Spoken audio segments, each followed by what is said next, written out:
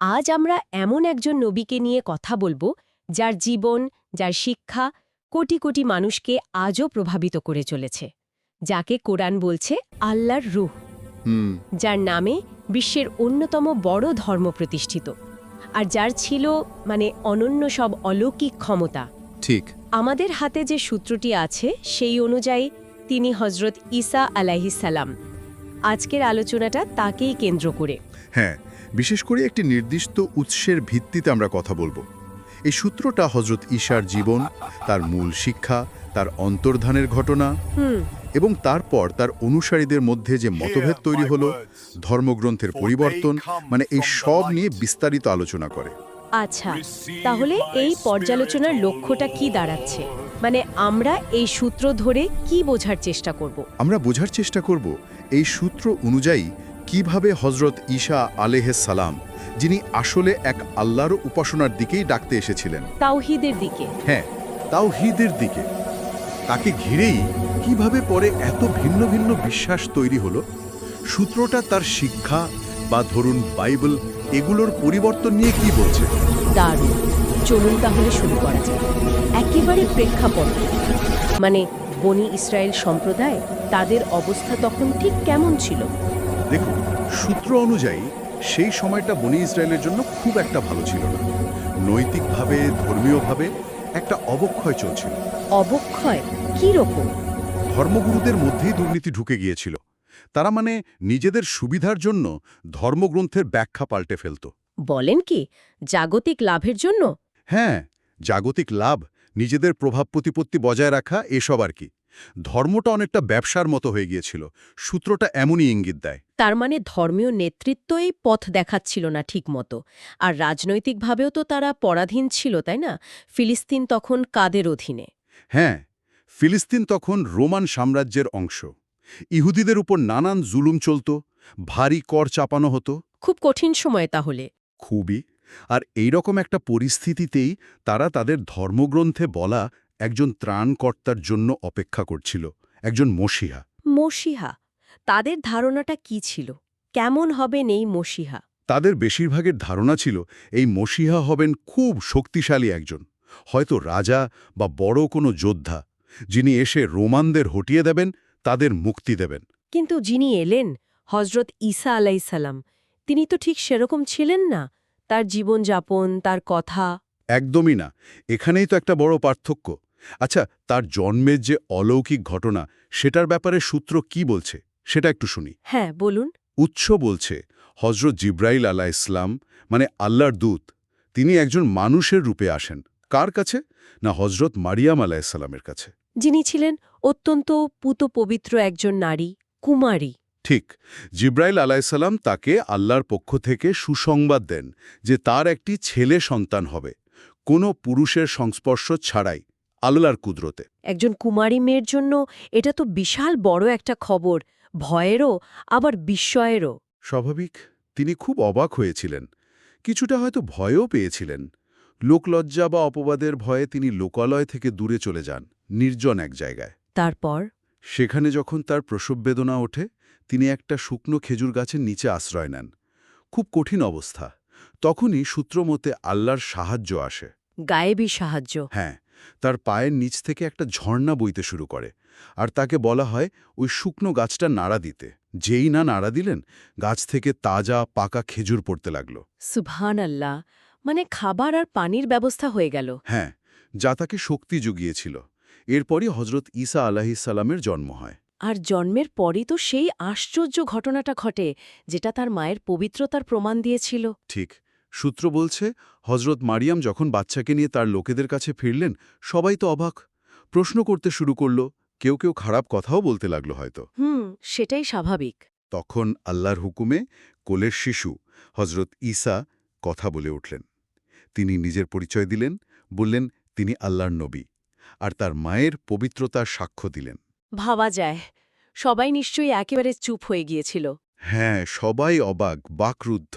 শৈশব থেকেই তো তার মধ্যে জ্ঞান আর প্রজ্ঞার ছাপ দেখা গিয়েছিল। সূত্র কি তেমন কিছু বলে? হ্যাঁ, বলে। খুব অল্প বয়স থেকেই তিনি অসাধারণ জ্ঞানী ছিলেন। ধরুন মাত্র ১২ বছর বয়সে তিনি তখনকার ধর্মগুরুদের সাথে এমন সব বিষয়ে কথা বলতেন বা তর্ক করতেন যা তাদের অবাক করে দিত। ১২ বছর বয়সে। আর আল্লাহ তো তাকে বিশেষ কিছু ক্ষমতাও দিয়েছিলেন, মোজেজা যাকে বলে। হ্যাঁ, বেশ কিছু মোজেজার কথা উল্লেখ আছে তার নবুয়তের প্রমাণ হিসেবে। যেমন ধরুন, তিনি কাদা দিয়ে পাখির মতো বানাতেন। হ্যাঁ, এটা শুনেছি। তারপর ফু দিলে? ফু দিলেই আল্লাহর হুকুমে সেটা জীবন্ত পাখি হয়ে উড়ে যেত। আশ্চর্য। আরও তো ছিল, তাই না? যেমন ধরুন অসুস্থদের সারিয়ে তোলা। হ্যাঁ, সূত্র বলছে তিনি আল্লাহর ইচ্ছায় জন্মান্ধকে দৃষ্টি দিতেন, কুষ্ঠরোগীকে ভালো করতেন, এমনকি মৃতকেও জীবিত করতে পারতেন। মৃতকে জীবিত? আল্লাহর হুকুমে, হ্যাঁ, এটাও পারতেন। আবার ধরুন, লোকেরা ঘরে কি খেয়ে এসেছে বা কি জমিয়ে রেখেছে সেটাও বলে দিতে পারতেন। বাপরে! আর একটা ঘটনার কথাও আছে। একবার তার অনুসারীরা খুব করে ধরল আকাশ থেকে খাবার ভর্তি দস্তরখান বা টেবিল নামিয়ে আনতে হবে। তিনি দোয়া করলেন আর আল্লাহ সেটা পাঠালেনও। কিন্তু এর সাথে একটা শর্ত ছিল বোধহয়। হ্যাঁ, আল্লাহ সতর্ক করে দিয়েছিলেন যে এই স্পষ্ট নিদর্শন দেখার পরেও যারা অবিশ্বাস করবে তাদের শাস্তি হবে খুব কঠিন। বুঝলাম। এই যে এত অলৌকিক ক্ষমতা, এত মোজেজা, এগুলোর মূল উদ্দেশ্য কী ছিল, মানে সূত্র অনুযায়ী? উদ্দেশ্য একটাই, মানুষকে এক আল্লাহর দিকে ডাকা, তাওহীদের দিকে। তিনি আসলে হজরত মুসা আলাইহিসসালামের সেই মূল শিক্ষাটাকেই আবার জারিয়ে তুলতে এসেছিলেন। যেটা তখনকার ধর্মগুরুরা প্রায় ভুলিয়েই দিয়েছিল বা বদলে ফেলেছিল। একদম। তারা তো নিজেদের মতো করে নিয়েছিল হজরত ঈসা আলাইহিসসালাম সেই আসল জায়গাটায় ফিরতে বলছিলেন। তিনি মানুষকে ভালোবাসতে শিখিয়েছেন, ক্ষমা করতে বলেছেন, সৎ পথে চলতে বলেছেন। আর তিনি তো বেশ স্পষ্টভাবে সমাজের ক্ষমতাবানদের, বিশেষ করে ওই ধর্মগুরুদের মুখোশ খুলে দিচ্ছিলেন, তাদের দুর্নীতি, ভণ্ডামি। হ্যাঁ, তিনি কোনো রাগঢাক করেননি। তাদের জাগতিক লোভ, ধর্মের নামে ব্যবসা, এসবের বিরুদ্ধে তিনি খোলাখুলি কথা বলতেন। মানুষকে বলতেন পাপ ছাড়তে, দুনিয়ার মোহ ত্যাগ করতে। আর এটাই কি তার বিরুদ্ধে ষড়যন্ত্রের মূল কারণ হয়ে দাঁড়ালো? সূত্র তো সেদিকেই ইঙ্গিত করছে। মানে দেখুন, দুটো পক্ষ নারাজ হল। একদল সাধারণ ইহুদি, যারা ভেবেছিল একজন যোদ্ধা মসিহা আসবে। তারা দেখল ইনি তো সাদাসিধা একজন মানুষ। হ্যাঁ, আর অন্যদিকে ওই ধর্মগুরুরা, তারা দেখল এ তো তাদের ক্ষমতা, তাদের আয় রোজগার সব কিছুর জন্য হুমকি হয়ে দাঁড়াচ্ছে। তাদের সম্মান কমে যাচ্ছে। তাহলে এই ধর্মগুরুরাই কি তাকে সরিয়ে ফেলার পরিকল্পনা করল? সূত্র অনুযায়ী হ্যাঁ, তারাই রোমান গভর্নরের কাছে গেল, গিয়ে নালিশ করল। কি নালিশ করল? তারা বলল, ঈসা নিজেকে ইহুদিদের রাজা বলছে, এটা তো রোমান শাসনের বিরুদ্ধে বিদ্রোহের মতো শোনায়। এভাবে তারা রোমানদের উস্কে দিল। আর তারপর হত্যার ষড়যন্ত্র। হ্যাঁ, তারা রোমান শাসকের সাথে মিলে তাকে হত্যার চূড়ান্ত পরিকল্পনা করল। এর পরের ঘটনাগুলো খুব গুরুত্বপূর্ণ, বিশেষ করে তার অন্তর্ধান আর ক্রুশবিদ্ধ হলার যে কথাটা প্রচলিত, এই উৎস এ ব্যাপারে কি বলছে? এটা কি প্রচলিত ধারণার সাথে মেলে? এখানেই উৎস একটা বেশ ভিন্ন বর্ণনা দিচ্ছে। বলছে তার জীবনের শেষ দিকে একটা নৈশভোজে তিনি তার অনুসারীদের বলছেন যে তাদের মধ্যেই একজন তার সাথে বিশ্বাসঘাতকতা করবে। এবং সেটাই হলো? হ্যাঁ, সেটাই হলো। তার একজন শিষ্য, যার নাম বিভিন্ন জায়গায় জুডাস বা এহুদা ইস্কারিওতা বলা হয়, সে কিছু টাকার লোভে রোমান সৈন্যদের জানিয়ে দিল ঈসা কোথায় আছেন। তারপর সৈন্যরা তাকে ধরতে এলো? হ্যাঁ, ধরতে এলো। কিন্তু ঠিক যখন তারা তাকে ধরবে করছে, তখনই কিছু একটা ঘটল। ঠিক তখনই সূত্র বলছে আল্লাহ তাআলা হজরত ঈসা আলাইহিসসালামকে সশরীরে, মানে জীবিত অবস্থায় আকাশে তুলে নিলেন। আকাশে তুলে নিলেন জীবিত অবস্থায়? হ্যাঁ, জীবিত অবস্থায়। আর যে লোকটা বিশ্বাসঘাতকতা করেছিল, জুডাস, হ্যাঁ, বা অন্য কেউ, তার চেহারাটা হজরত ঈসার মতো হয়ে গেল।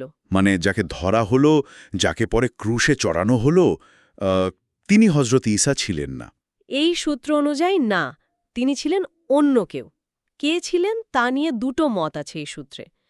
কেউ বলে ওই বিশ্বাসঘাতক শিষ্য, আবার কেউ বলে ঈসার এক অনুসারী, যিনি স্বেচ্ছায় জীবন দিতে রাজি হয়েছিলেন, আর আল্লাহ তাকে জান্নাতের ওয়াদা দিয়ে তার চেহারা বদলে দিয়েছিলেন। কিন্তু মূল কথাটা হলো আসল ঈসাকে ক্রুশবিদ্ধ করা হয়নি। এই সূত্রের বক্তব্য এটাই, আসল ঈসাকে ক্রুশবিদ্ধ করা হয়নি, বরং তার মতো দেখতে অন্য কাউকে করা হয়েছিল। তারপর কি হলো সেই লোকটির, যাকে ঈসা বলে ভুল করা হলো? সৈন্যেরা তো তাকে ঈসা ভেবে ধরে নিয়ে গেল। তারপর সূত্র বলছে তাকে প্রচণ্ড নির্যাতন করা হলো, কাঁধে ক্রুশ চাপিয়ে রাস্তায় ঘোরানো হলো। উফ। শেষে 2 চোরের মাঝখানে রেখে তাকে ক্রুশে পেরেক দিয়ে মেরে ফেলা হলো। ঘটনার পর নাকি প্রকৃতিতেও কিছু অস্বাভাবিক ব্যাপার ঘটেছিল।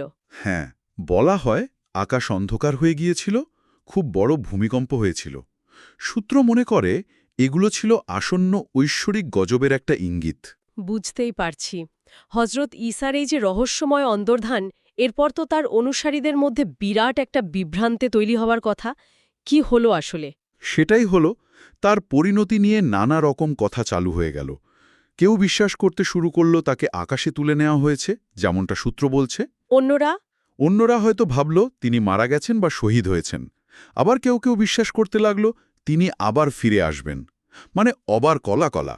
আর এই বিভ্রান্তি থেকেই কি বিভিন্ন দল তৈরি হলো? হ্যাঁ, এই মতভেদের ভিত্তিতেই তারা ভাগ হয়ে গেল।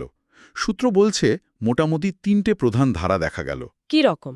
এক দল যারা তাকে কেবল আল্লাহর নবী হিসেবেই মেনে চলল, আর এক দল যারা তাকে শহীদ হিসেবে খুব সম্মান করত, আর তৃতীয় একটা দল। তারাই কি তাকে অন্য চোখে দেখতে শুরু করল? হ্যাঁ, এই তৃতীয় দলটি তাকে আল্লাহর পুত্র হিসেবে বিশ্বাস করতে শুরু করে। আর মনে রাখতে হবে, এই সময়ে ঈসার শিক্ষাগুলো কিন্তু লিখিত ছিল না, মুখে মুখেই চলত। এই পটভূমিতেই কি পলের আগমন? পল অফ টার্সেস বা সেন্ট পল। খ্রিস্টধর্মের ইতিহাসে তো তার বিরাট ভূমিকা। বিরাট, এবং এই সূত্র অনুযায়ী বেশ বিতর্কিত ভূমিকা। পল, যার আগের নাম ছিল সল, তিনি প্রথমে ঈসার অনুসারীদের ঘোর শত্রু ছিলেন। শত্রু? হ্যাঁ, তিনি তাদের খুঁজে খুঁজে বের করতেন, নির্যাতন করতেন, জেলে পুরতেন। কারণ তারা এক আল্লাহর উপাসনা করত, রোমানদের বহু দেবদেবীর পূজা করত না। কিন্তু পরে তো তিনিই খ্রিস্টান হলেন। হ্যাঁ, তিনি দাবি করেন যে দামাস্ক যাওয়ার পথে তার এক বিশেষ অভিজ্ঞতা হয়। তিনি নাকি স্বপ্নে বা ভিগিয়নে হজরত ঈসাকে দেখেন, যদিও তিনি ঈসাকে জীবনে কখনো দেখেননি। আচ্ছা। এরপর তিনি খ্রিস্টধর্ম গ্রহণ করেন, নাম পাল্টে হন পল দি অ্যাপস্টল। কিন্তু তিনি যে খ্রিস্টধর্ম প্রচার করতে শুরু করলেন, সেটা নাকি ঈসার মূল শিক্ষা থেকে বেশ আলাদা ছিল। কোঠার আলাদা ছিল? কি প্রচার করছিলেন তিনি? পল বলতে শুরু করলেন, ঈসা শুধু নবী নন, তিনি ঈশ্বরের পুত্র।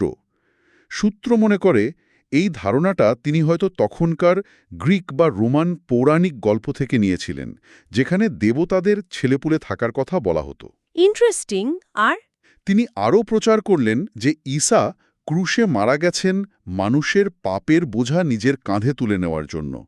তাই মুক্তি পেতে হলে ঈসার দেখানো পথে কষ্ট করে চলার চেয়েও বেশি জরুরি হল তার এই আত্মত্যাগে বিশ্বাস করা। তার মানে প্রায়শ্চিত্ত আর শুধু বিশ্বাসের মাধ্যমে মুক্তি, এই ধারণাগুলো পলের আনা? সূত্র কি এটাই বলছে? এই সূত্রানুযায়ী হ্যাঁ। আর এই নতুন ধরনের চিন্তাগুলো কিন্তু তৎকালীন গ্রিক রোমান সমাজে খুব সহজে গৃহীত হয়েছিল, কারণ তাদের বহু ঈশ্বরবাদী সংস্কৃতির সাথে এটা কিছুটা হলেও মিলত। বুঝতে পারছি। পল বিভিন্ন জায়গায় চার্চ তৈরি করলেন, চিঠি লিখে তার এই মতবাদ ছড়াতে লাগলেন। সূত্র বলছে এই চিঠিগুলোই পরে বাইবেলের নিউ টেস্টামেন্টের বড় অংশ হয়ে দাঁড়ায়। কিন্তু জেরুজালেমে ঈসার আসল শিষ্যরা বা তার পরিবারের লোকেরা, তারা কি পলের এই কথা মেনেছিলেন? সূত্র বলছেন না। জেরুজালেমে ঈসার ভাই ইয়াকুব বা জেমস সহ মূল অনুসারীরা ছিলেন। তারা পলের এই ঈশ্বরের পুত্র তত্ত্ব মানেননি। তারা ঈসাকে আল্লাহর নবী ও মসিহ হিসেবেই বিশ্বাস করতেন। কিন্তু তাদের কথা কি টেকেনি? না, সময়ের সাথে সাথে পলের অনুসারীর সংখ্যা আর প্রভাব এত বেড়ে যায় যে জেরুজালেমের আদি খ্রিস্টানদের ধারাটা ধীরে ধীরে কোণঠাসা হয়ে পড়ে। এই সময়ে কি বাইবেলের বিভিন্ন বই মানে গসপেলগুলো লেখা শুরু হয়? সূত্র এ ব্যাপারে কি বলে? হ্যাঁ, ঈসার অন্তর্ধানের বেশ কয়েক দশক পর, ধরুন 40 থেকে 80 বছরের মধ্যে, অনেকে তার জীবন আর শিক্ষা নিয়ে লেখা শুরু করেন। এগুলোই গসপেল। চার্চ তো 4টে গসপেলকে স্বীকৃতি দিয়েছে: মার্ক, ম্যাথিউ, লিউক, জন। হ্যাঁ, এগুলো নিউ টেস্টামেন্টে আছে, কিন্তু সূত্র দাবি করছে এই 4টির মধ্যেও অনেক তথ্যে গরমিল আছে, পরস্পর বিরোধী কথা আছে। এমনকি এমন অনেক কথাও ঈসার নামে চালানো হয়েছে যা তিনি হয়তো বলেনইনি। যেমন ধরুন তার মোজেজাগুলো, মৃতকে জীবিত করা বা অন্ধকে দৃষ্টি দেওয়া, এগুলোকে তার ঈশ্বরত্বের প্রমাণ হিসেবে দেখানো শুরু হলো। সূত্র বলছে এগুলো তো ছিল আল্লাহর দেওয়া নবুয়াতের নিদর্শন, অন্য নবীদেরও তো ছিল। আচ্ছা, আর অন্য কোনো গসপেল কি ছিল তখন যেগুলো বাদ পড়ে গেল? হ্যাঁ, অনেক ছিল। যেমন গসপেল অফ থমাস, বার্নাবাস, হিব্রুস, এগুলোতে নাকি ঈসাকে নবী হিসেবেই দেখানো হয়েছিল। কিন্তু পরে চার্চের কর্তারা এগুলোকে ভুল, জাল এসব বলে বাদ দিয়ে দেন। অনেক পুড়িয়েও ফেলা হয়। এরপর তো এলেন সম্রাট কনস্ট্যান্টাইন, রোমান সম্রাট। তার সময় তো একটা বিরাট মোড় নিল সবকিছু। বিরাট মোড়, ৪র্থ শতকের কথা। কনস্ট্যান্টাইন দেখলেন তার সাম্রাজ্য নানা রকম বিভেদ, যুদ্ধ, হানাহানিতে দুর্বল হয়ে পড়ছে, বিশেষ করে ধর্মীয় সংঘাত। তো তিনি কি করলেন? তিনি সাম্রাজ্যকে এক করার জন্য একটা উপায় বের করলেন। তিনি খ্রিস্ট ধর্মের ওপর থেকে নিষেধাজ্ঞা তুলে নিলেন, নিজে এই ধর্ম গ্রহণ করলেন, যদিও এটা নিয়েও বিতর্ক আছে, এবং একে রাষ্ট্রীয় ধর্মের মর্যাদা দিলেন প্রায়। এর ফলে খ্রিস্টধর্ম তো বিশাল ক্ষমতা পেল। হ্যাঁ, প্রথমবারের মতো এটা একটা স্বীকৃত এবং প্রভাবশালী ধর্ম হয়ে উঠল। কিন্তু সমস্যা হল, খ্রিস্টানদের নিজেদের মধ্যেই তখন বিশাল ঝগড়া। কি নিয়ে ঝগড়া? ওই একই বিষয়, ঈসা আসলে কে? তিনি কি ঈশ্বরের সৃষ্ট একজন নবী, নাকি স্বয়ং ঈশ্বর বা ঈশ্বরের সমান? এই নিয়ে দুটো দল হয়ে গিয়েছিল। একদল আরিয়াসের অনুসারী, আর একদল যারা পরে অর্থোডক্স বলে পরিচিত হল। মারামারি পর্যায়ে চলে গিয়েছিল। প্রায়। সাম্রাজ্যের শান্তির জন্য এটা একটা বড় মাথাব্যথা হয়ে দাঁড়ালো কনস্ট্যান্টাইনের কাছে। এই সমস্যা মেটানোর জন্যই কি তিনি নিকিয়ার কাউন্সিল ডাকলেন ৩২৫ সালে? ঠিক তাই। কনস্ট্যান্টাইন নিকিয়া শহরে সব বিশপদের ডাকলেন একটা মিটিংয়ের জন্য। উদ্দেশ্য, এই ধর্মতাত্ত্বিক বিতর্কের একটা ফয়সলা করা। কি সিদ্ধান্ত হলো সেখানে? অনেক তর্ক বিতর্কের পর আরিয়াসের মতবাদকে ভুল বা ধর্মদ্রোহী হেরেটিক্যাল ঘোষণা করা হলো। আর অফিসিয়ালি ঠিক করা হলো যে ঈসা হলেন ঈশ্বরের একমাত্র পুত্র, এবং তিনি ঈশ্বরের সাথে একই সত্তার, হোমোউসিয়াস। এই সিদ্ধান্তের প্রভাব কি হলো? সুদূর প্রসারী। যারা এই সিদ্ধান্ত মানল না, মানে যারা ঈসাকে কেবল নবী মানত, তাদের ওপর নেমে এলো নির্যাতন। সূত্র বলছে তাদের বইপত্র পুড়িয়ে দেওয়া হলো, অনেককে দেশ থেকে বের করে দেওয়া হলো, এমনকি হত্যাও করা হলো। মানে জোর করে একটা মতবাদ চাপিয়ে দেওয়া হলো। অনেকটা তাই। পুরো সাম্রাজ্যে একটা নির্দিষ্ট ধরনের খ্রিস্টধর্ম প্রতিষ্ঠা করা হলো, আর একই সাথে ঠিক করা হলো কোন কোন লেখা বাইবেলের অংশ হবে। একটা কমিটি নিউ টেস্টামেন্টের জন্য ২৭টা বই বেছে নিল, যেগুলো মূলত নিকিয়ার সিদ্ধান্তের সাথে মেলে। আর বাকিগুলো? বাকি শত শত লেখা বাতিল। এই ২৭টা বই নিয়েই তৈরি হলো বাইবেল, যা পরে ল্যাটিনে অনুবাদ হয়ে সারা বিশ্বে ছড়িয়ে পড়ল। অনেক পরে ৭ম শতকে ইসলামের নবী মোহাম্মদ সাল্লামের সময়ও তো খ্রিস্টানদের সাথে ঈসার পরিচয় নিয়ে কথা হয়েছিল। সূত্র কি এটার উল্লেখ করেছে? হ্যাঁ, করেছে। ইয়েমেনের নজরান এলাকা থেকে কিছু খ্রিস্টান এসেছিলেন নবী মোহাম্মদ সাল্লামের কাছে, মদিনায়। কেন এসেছিলেন? নবী মোহাম্মদ সাল্লাল্লাহু আলাইহি ওয়াসাল্লাম এবং কুরআন তো ঈসাকে আল্লাহর নবী মানে, কিন্তু আল্লাহর পুত্র মানে না। এটা নিয়ে তাদের মধ্যে আলোচনা বা বিতর্ক হয়। নবী সাল্লাল্লাহু আলাইহি ওয়াসাল্লাম কুরআনের আয়াত দিয়ে বোঝানোর চেষ্টা করেন, কিন্তু তারা মানতে নারাজ। তখনই কি মুবাহালার ঘটনাটা ঘটে?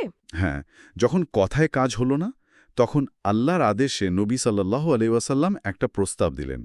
বললেন, চলুন আমরা উভয় পক্ষ নিজেদের সবচেয়ে আপনজনদের নিয়ে একটা খোলা জায়গায় আসি, এসে প্রার্থনা করি যে যারা মিথ্যেবাদী তাদের ওপর যেন আল্লাহর অভিশাপ নেমে আসে। তারপর খ্রিস্টানরা কি রাজি হলো? পরের দিন নবী সাল্লাল্লাহু আলাইহি ওয়াসাল্লাম তার মেয়ে ফাতিমা, জামাই আলী আর ২ নাতি হাসান ও হুসাইনকে নিয়ে হাজির হলেন। সূত্র বলছে ওই পবিত্র মুখগুলো দেখে খ্রিস্টানদের নেতা ভয় পেয়ে যান। তিনি তার লোকদের বলেন, এদের সাথে মুবাহালা করো না। এরা যদি পাহাড়কে সরে যেতে বলে সেটাও সরে যাবে। এদের বিরুদ্ধে গেলে আমরা ধ্বংস হয়ে যাব। তারা পিছিয়ে গেল? হ্যাঁ, তারা মুবাহালা করতে সাহস পায়নি। তারা একটা চুক্তি করে ফিরে যায়। আচ্ছা, এবার একটু ইহুদিদের কথায় ফেরা যাক। সূত্র বলছে হজরত ঈসাকে প্রত্যাখ্যান করাটা তাদের জন্য খুব খারাপ হয়েছিল। হ্যাঁ, সূত্র এটাকে তাদের ইতিহাসের একটা বিরাট ভুল হিসেবে দেখছে। কারণ ঈসা ছিলেন বনী ইসরায়েলের জন্য আল্লাহর পক্ষ থেকে আসা একটা সুযোগ, একটা পথনির্দেশ। তাকে অস্বীকার করার ফল ভালো হয়নি। কি রকম ফল? একের পর এক বিপদ নেমে আসে। সবচেয়ে মারাত্মকটা ঘটে ৭০ খ্রিস্টাব্দে। তারা রোমানদের বিরুদ্ধে বিদ্রোহ করেছিল। তখন রোমান সেনাপতি টাইটাস এসে জেরুসালেম শহরটাকেই ধ্বংস করে দেন। তাদের যে পবিত্র টেম্পল ছিল সেটাও? হ্যাঁ, দ্বিতীয় টেম্পল, সেটা পুরোপুরি ভেঙে ফেলা হয়। শুধু পশ্চিম দিকের একটা দেওয়াল, ওয়েস্টার্ন ওয়াল, এখনও আছে। মজার ব্যাপার হলো সূত্র বলছে এই ধ্বংসের কথা নাকি হজরত ঈসা আগেই বলে গিয়েছিলেন। বাইবেলেও এর উল্লেখ আছে। আর মানুষ, ইহুদিদের কি হলো? ভয়াবহ অবস্থা। 10 লাখের বেশি ইহুদিকে হত্যা করা হয়, হাজার হাজার মানুষকে দাস বানানো হয়, আর বাকিদের জেরুজালেম থেকে তাড়িয়ে দেওয়া হয়। এই ঘটনার পর থেকেই তারা সারা বিশ্বে ছড়িয়ে পড়তে বাধ্য হয়, যাকে বলে ডায়াসপরা। এরপর তো শুরু হলো খ্রিস্টান আর ইহুদিদের মধ্যে লম্বা সময়ের শত্রুতা। হ্যাঁ, সূত্র অনুযায়ী রোমান সাম্রাজ্য যখন খ্রিস্টান হয়ে গেল, তখন থেকে ইউরোপের খ্রিস্টানরা ইহুদিদের দেখতে শুরু করল ঈসার হত্যাকারী হিসেবে। যদিও সূত্র বলছে ঈসাকে হত্যাই করা হয়নি। ঠিক, কিন্তু ওই বিশ্বাসটাই চালু হয়ে গেল, আর তার ফল প্রায় ১৫০০ বছর ধরে চলল ইহুদিদের ওপর অত্যাচার। বিভিন্ন দেশ থেকে তাদের বের করে দেওয়া হলো, স্পেন, ইংল্যান্ড, ফ্রান্স। জোর করে ধর্ম বদলানো হলো, না মানলে মেরে ফেলা হলো, নানাভাবে কোণঠাসা করে রাখা হলো। কিন্তু গত শতাব্দীতে এসে, মানে বিংশ শতাব্দীতে, এই সম্পর্কের মধ্যে একটা বড় পরিবর্তন দেখা গেল। ইহুদিদের প্রতি খ্রিস্টানদের মনোভাব বদলালো। কেন? সূত্র দুটো কারণের কথা বলছে। একটা হলো দ্বিতীয় বিশ্বযুদ্ধে যা ঘটল, হলোকাস্ট। জার্মানিতে লক্ষ লক্ষ ইহুদিকে গ্যাস চেম্বারে মারা হলো। এই ভয়াবহ ঘটনা সারা বিশ্বে খ্রিস্টানদের মনেও তাদের জন্য একটা সহানুভূতি তৈরি করল। আর দ্বিতীয় কারণটা? দ্বিতীয়টা আরও জটিল এবং গুরুত্বপূর্ণ। কিছু প্রভাবশালী খ্রিস্টান গ্রুপ, বিশেষ করে আমেরিকার ইভাঞ্জেলিক্যালরা, তারা বিশ্বাস করতে শুরু করল যে বাইবেলের ভবিষ্যৎবাণী সত্যি হতে হলে শেষ যুগে ঈসার আবার আসার আগে ইহুদিদের অবশ্যই তাদের পুরনো দেশ ফিলিস্তিনে ফিরতে হবে, জেরুজালেম দখল করতে হবে, আর তৃতীয় টেম্পল বানাতে হবে। তার মানে একটা ধর্মীয় বিশ্বাস রাজনৈতিক ঘটনাকে প্রভাবিত করল। ইসরায়েল রাষ্ট্র তৈরির পেছনে কি এই বিশ্বাসেরও ভূমিকা ছিল? এই সূত্র তো সেটাই দাবি করছে। এই ধর্মীয় বিশ্বাস আর হলোকাস্টের পরের সহানুভূতি দুটো মিলে পশ্চিমা দুনিয়া, বিশেষ করে আমেরিকা আর ব্রিটেনের প্রভাবশালী খ্রিস্টানরা ইসরায়েল রাষ্ট্র প্রতিষ্ঠায় দালিয়ে সমর্থন দিল, সাহায্য করল। সূত্র আরও বলছে, আজও নাকি ইসরায়েলের অনেক কাজের পেছনে এই খ্রিস্টান জায়োনিস্টদের বড় সমর্থন থাকে। আলোচনার একদম শেষে এসে সূত্রটি শেষ বিচার দিনের একটা দৃশ্যের কথা বলছে, কোরআনের আলোকে, যেখানে হজরত ঈসার নিজের অবস্থানটা পরিষ্কার হবে। হ্যাঁ, কোরআনের সূরা মাইদার দুটো আয়াতের কথা বলা হয়েছে, যেখানে আল্লাহ শেষ বিচারের দিনে ঈসাকে জিজ্ঞেস করবেন, হে মারিয়াম পুত্র ঈসা, তুমি কি লোকদের বলেছিলে যে আল্লাহকে বাদ দিয়ে আমাকে আর আমার মাকে উপাস্য বানাও? তখন ঈসা কি উত্তর দেবেন? তিনি বলবেন, আপনি পবিত্র। যে কথা বলার অধিকার আমার নেই, সে কথা আমি কিভাবে বলি? আমি যদি বলতাম, আপনি তো নিশ্চয়ই জানতেন। আপনি আমার মনের কথাও জানেন, কিন্তু আমি আপনার মনের কথা জানি না। আপনিই তো সব গোপন বিষয়ে জানেন। তিনি তার দায়িত্ব স্পষ্ট করবেন। হ্যাঁ, তিনি বলবেন, আমি তো তাদের সেটাই বলেছিলাম যা আপনি আদেশ করেছিলেন। তোমরা আল্লাহর ইবাদত করো, যিনি আমারও প্রভু, তোমাদেরও প্রভু। যতদিন আমি তাদের সাথে ছিলাম, আমি তাদের কাজ দেখেছি। কিন্তু যখন আপনি আমাকে তুলে নিলেন, তারপর তো আপনি তাদের তত্ত্বাবধায়ক ছিলেন। আপনি সবকিছুর সাক্ষী। মানে তিনি পরিষ্কার করে দেবেন যে তিনি নিজেকে বা তার মাকে উপাস্য বানাতে বলেননি। বিচার আল্লাহর হাতে ছেড়ে দেবেন। সত্যি, এই উৎসটি হজরত ঈসা আলাইহিসাল্লামের জীবন আর তার পরবর্তী প্রভাব নিয়ে একটা অন্যরকম কিন্তু বিস্তারিত ছবি আমাদের সামনে তুলে ধরল। আজকের এই পর্যালোচনায় আমরা দেখলাম এই সূত্রের আলোকে কিভাবে তার মূল শিক্ষা থেকে সরে গিয়ে সময়ের সাথে সাথে নানা বিশ্বাস তৈরি হল, কিভাবে ধর্মগ্রন্থ পরিবর্তিত হলো বা করা হলো, কিভাবে রাজনৈতিক ক্ষমতা, ধর্মীয় ব্যাখ্যা এগুলা একটার উপর আরেকটা প্রভাব ফেলল, আর তার ফল কি সুদূর প্রসারী হল। শতাব্দীর পর শতাব্দী ধরে বিভিন্ন জাতির সম্পর্ক, ইতিহাস সবকিছুকে প্রভাবিত করল। একদম। আর এই পুরো আলোচনাটা কিন্তু একটা গভীর প্রশ্ন উস্কে দেয়। এই সূত্রের বর্ণনা যদি সত্যি হয়, তাহলে মূল একটা শিক্ষা থেকে সামান্য সরে যাওয়া বা একটু অন্যরকম ব্যাখ্যা করা, সেটা কিভাবে একটা পুরো বিশ্বাস বা আদর্শের পথটাকে আমূল বদলে দিতে পারে। ঠিক, মানুষের বিশ্বাস, ধর্মের ব্যাখ্যা, রাজনীতি, ইতিহাস এগুলো সব কিভাবে একটার সাথে আরেকটা জড়িয়ে থাকে, আর তার ফলাফল যে কোথায় গিয়ে দাঁড়াতে পারে, এটা নিয়ে আসলে আরও